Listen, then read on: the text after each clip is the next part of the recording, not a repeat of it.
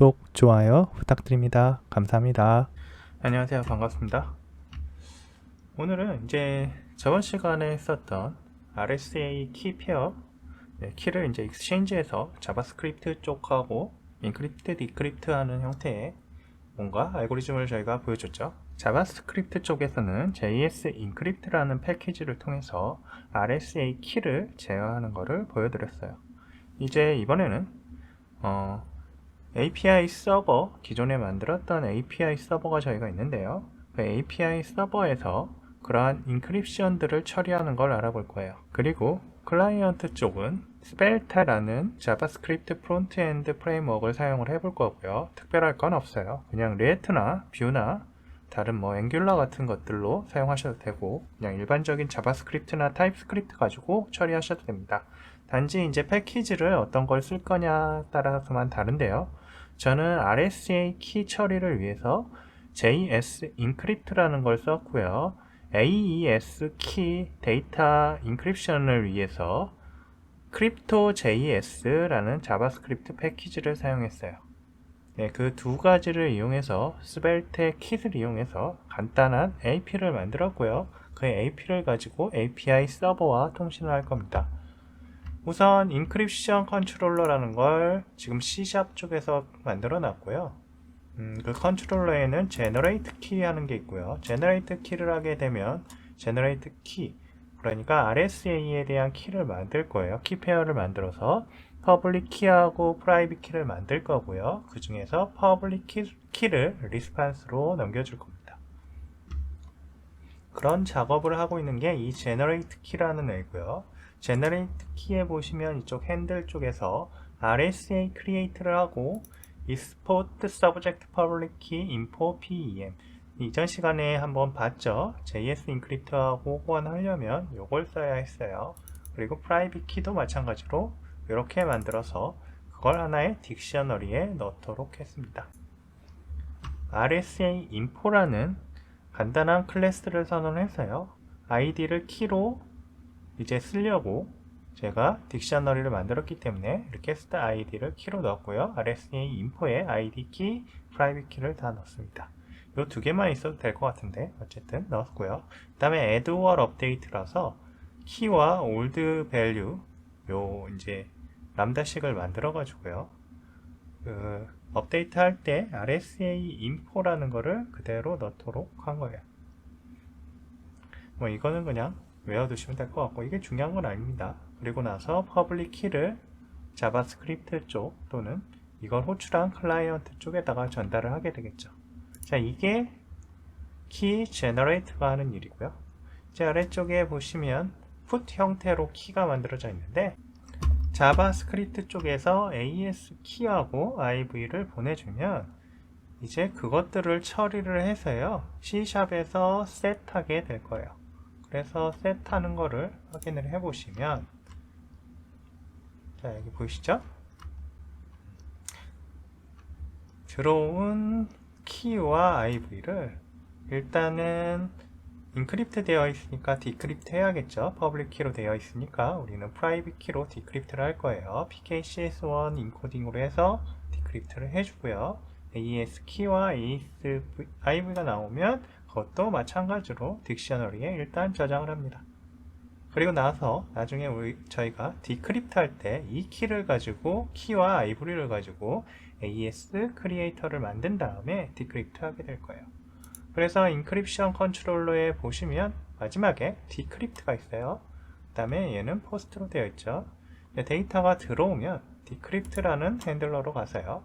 디크립트 핸들러에서는 이전에 저장되어 있던 디크립트에 대한 그 AES 키죠. 키와 IV 이 두 개를 가져올 겁니다. 이게 이제 튜플 형태로 되어 있어서 이렇게 가져온 거고요. 그것들을 이제 디크립트 스트링을 통해서 처리를 해주고 있는데, 이 디크립트 스트링을 한번 보시면 RFC 2898 derive bytes라는 클래스를 이용해서 그 가져온 키와 IV를 일단 생성자에다 넣어주고요. 이터레이션 1000이라는 거는 뭐 그냥 넣어주시고, 이 뒤쪽 SH512 해시 알고리즘으로 만들어냅니다. 그리고 나서 상위 32바이트와 16바이트를 떼와서 키와 IV를 만들어내요. 그리고 이 키와 IV로 디크립터를 생성을 하고요.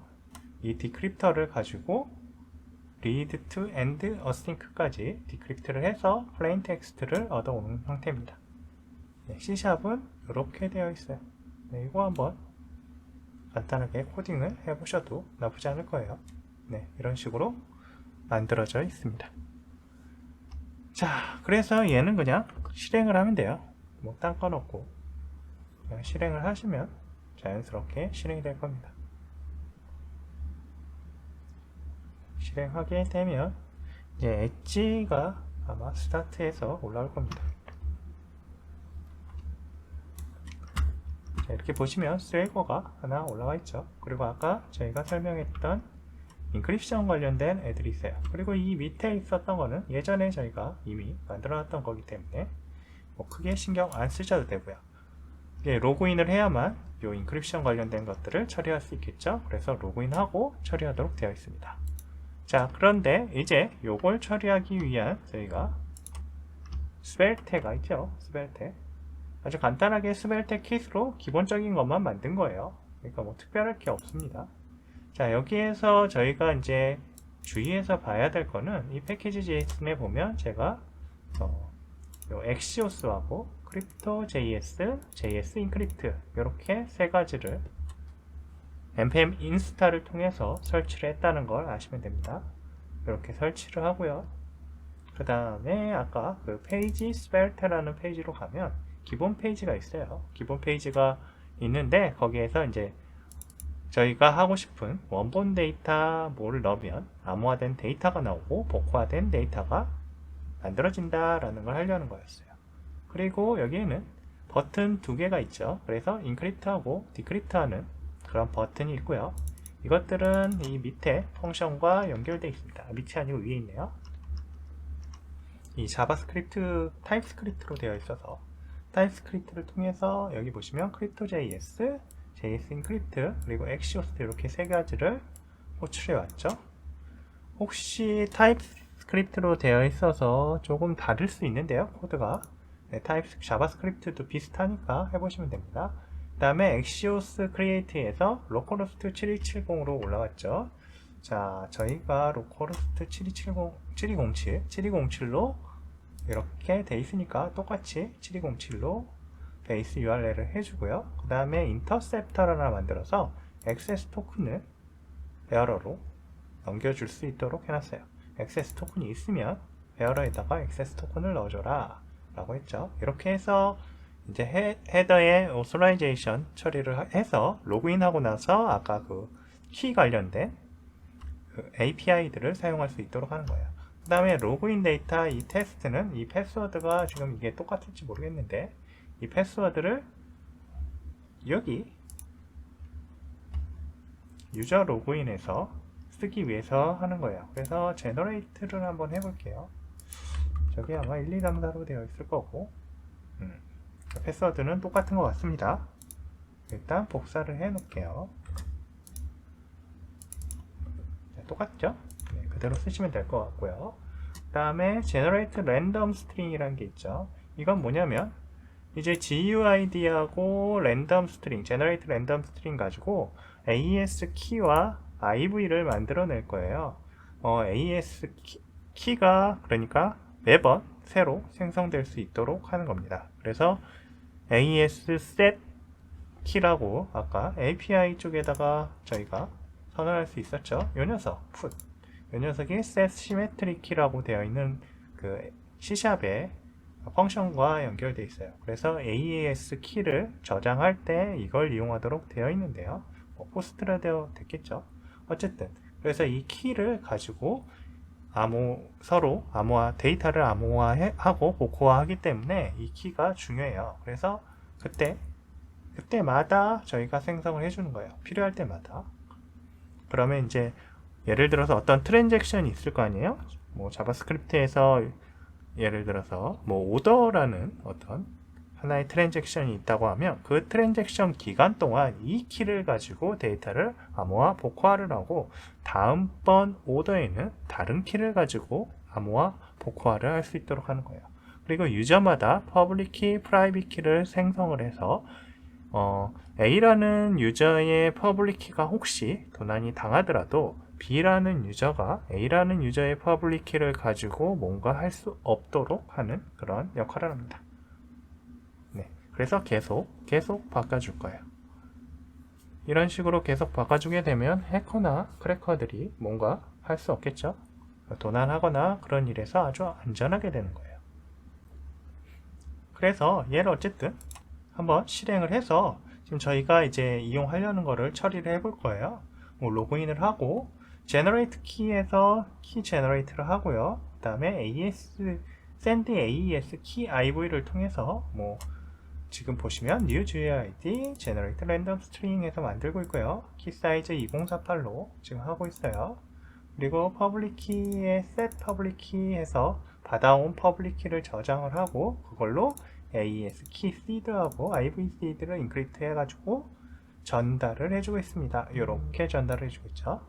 그러면 이때 토큰이 필요한데 토큰은 지금 위쪽에서 인터셉터를 통해서 이미 넣고 있으니까 따로 저장할 필요는 없어요. 그리고 인크립트 데이터에서 이제 로그인, generate key, send AES key IV까지 하고요.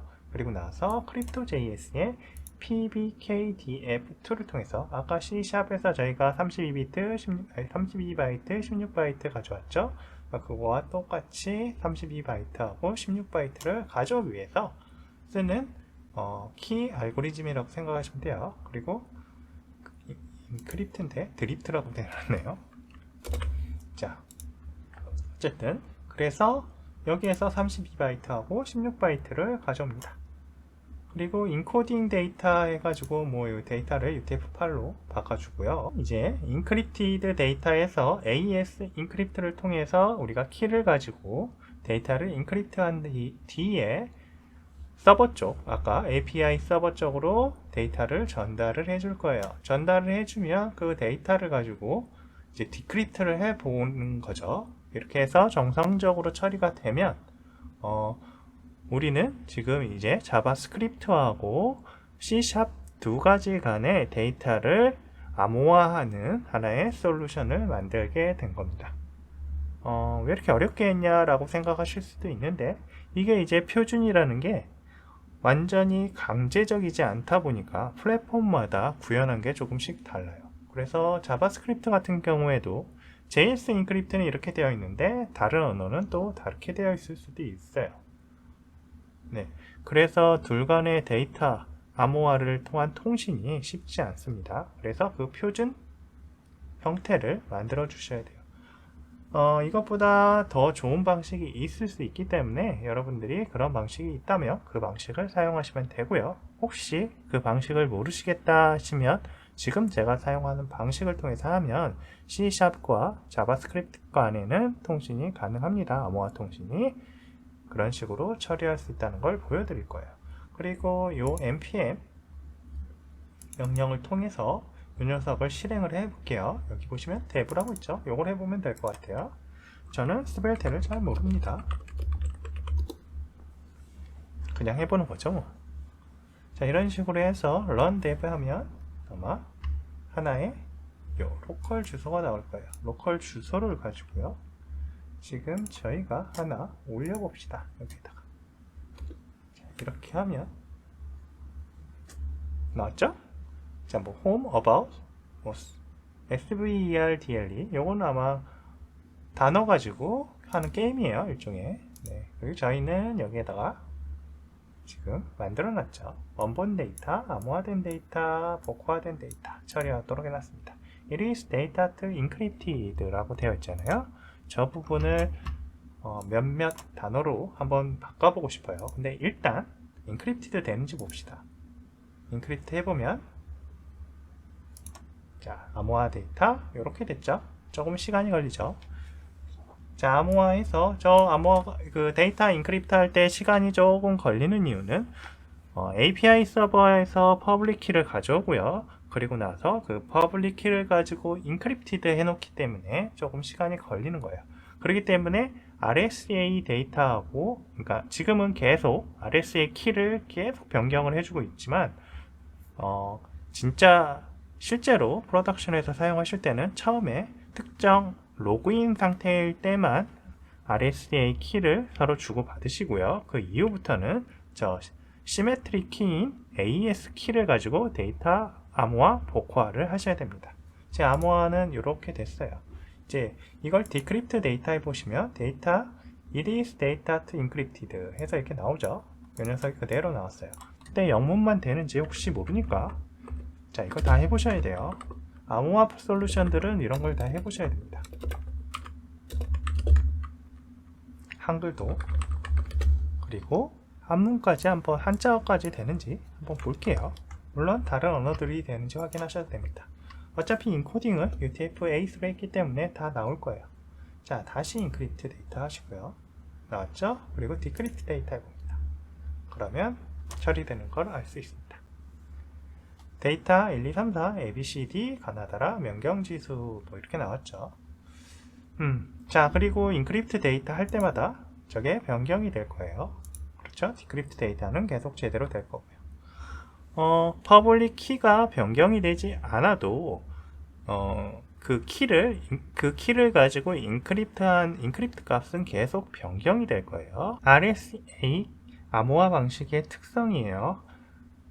같은 키를 이용해서 뭔가 작업을 해도 그때마다 인크립트 된 데이터가 값이 계속 변하도록 되어 있어요. 네, 그렇게 만들도록 내부에서 어떠한 패턴을 만들어 놓은 거기 때문에 그런 거예요. 같은 인크립트 된 데이터가 계속 나오면 패턴을 이용해서 이게 뭐로 암호화가 됐구나 라는 걸 해킹을 할 수 있기 때문에 그런 부분들을 막기 위해서 암호화된 인크립트 값이 계속 변합니다.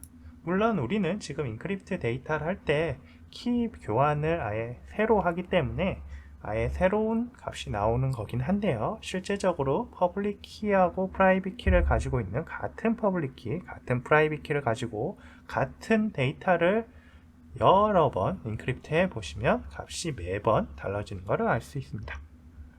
네, 이런 식으로 해서 스펠텍 킷을 이용해서 자바스크립트하고 우리 C# 간의 암호화, 복호화 처리를 해보았어요. 자, 이게 기본적인 HTTPS의 통신이라고 생각하시면 돼요. 자, HTTPS는 어떤 식으로 통신을 하게 되냐면 그러면 처음에 클라이언트라고 생각할 수 있는 브라우저에서 서버단, 여러분의 서버겠죠? HTTPS 인증서로 만들었을 거예요. 그러면 그 인증서는 퍼블릭 키하고 프라이빗 키를 둘 다 가지고 있습니다. 그러면 브라우저 쪽에서 서버 쪽에다가 퍼블릭 키를 요청을 해요. 그러면 서버는 퍼블릭 키를 주게 되어 있고요. 그러면 이 퍼블릭 키를 받은 그 클라이언트 브라우저 쪽에서는 이 퍼블릭 키가 유효한지 먼저 확인을 합니다. 어떤 게 유효한지 확인을 하냐면 이걸 서명 주체가 우리가 신뢰할 수 있는 어떠한 기관인지 확인을 하기 위해서 그러한 밸리데이션 처리를 하고요. 만약 신뢰하지 못하겠다라고 하면 둘간에는 문제가 있다라고 경고가 뜨게 되어 있어요. 그래서 우리가 브라우저 상에서 보면 어떤 HTTPS 사이트에 보시면 인증서가 안전하지 않다라는 그런 경고가 뜨죠. 크롬은 그런 사이트에 들어갈 때 안전하지 않은 사이트로 가려고 한다, 진행하시겠느냐 라고 경고를 해요. 네, 그런 식으로 어떤 유저로부터 데이터를 해킹하려는 그런 목적의 그런 인증서 그 바이러스라고 해야 될까요? 멜웨어 같은 것들이 있기 때문에 그런 식의 경고를 줍니다. 자, 그래서 공인 인증기관에서 인증한 인증서를 가지고 처리를 해야 되는 거예요. 어쨌든 이런 식으로 퍼블릭 키를 교환을 하고요. 자, 이게 문제없는 퍼블릭 키다 라고 하면 그걸 가지고 인크립션을 합니다. 그래서 어떤 걸 인크립션을 하냐면 내가 AES 같은 어떤 시메트릭 키로 암호화할 그 키 값을 서버 쪽에다가 퍼블릭 키로 인크립션을 해서 전달을 해줘요. 그러면 서버 쪽에서는 프라이빗 키로 이 키를 디크립션에서 받고요. 이 키를 가지고 이제 데이터 교환을 하게 됩니다. 그러니까 어시메트릭 같은 비대칭형의 키 암호화 같은 경우에는 데이터 암호화, 복호화가 느리고요. 어떤 길이 이상의 데이터들을 암호화하지 못하는 경우가 생기기 때문에 이러한 방식을 사용합니다. 자, 이게 HTTPS의 암호화 방식이에요. 물론 아주 디테일한 부분까지 설명을 드린 것은 아닙니다. 그래서 우리는 이번에 그러한 암호화 방식을 이용해서 우리 메시지 자체를 또 암호화해 봤어요. 그러니까 HTTPS는 이런 식으로 암호화가 되기 때문에 해커들이 이 암호화 되어 있는 거를 해킹하기가 어렵겠죠. 불가능한 건 아니에요. 자, 이런 식으로 되어 있다는 것을 오늘 확인해 봤습니다. 오늘은 여기까지 하겠습니다. 감사합니다. 구독, 좋아요 부탁드립니다. 감사합니다.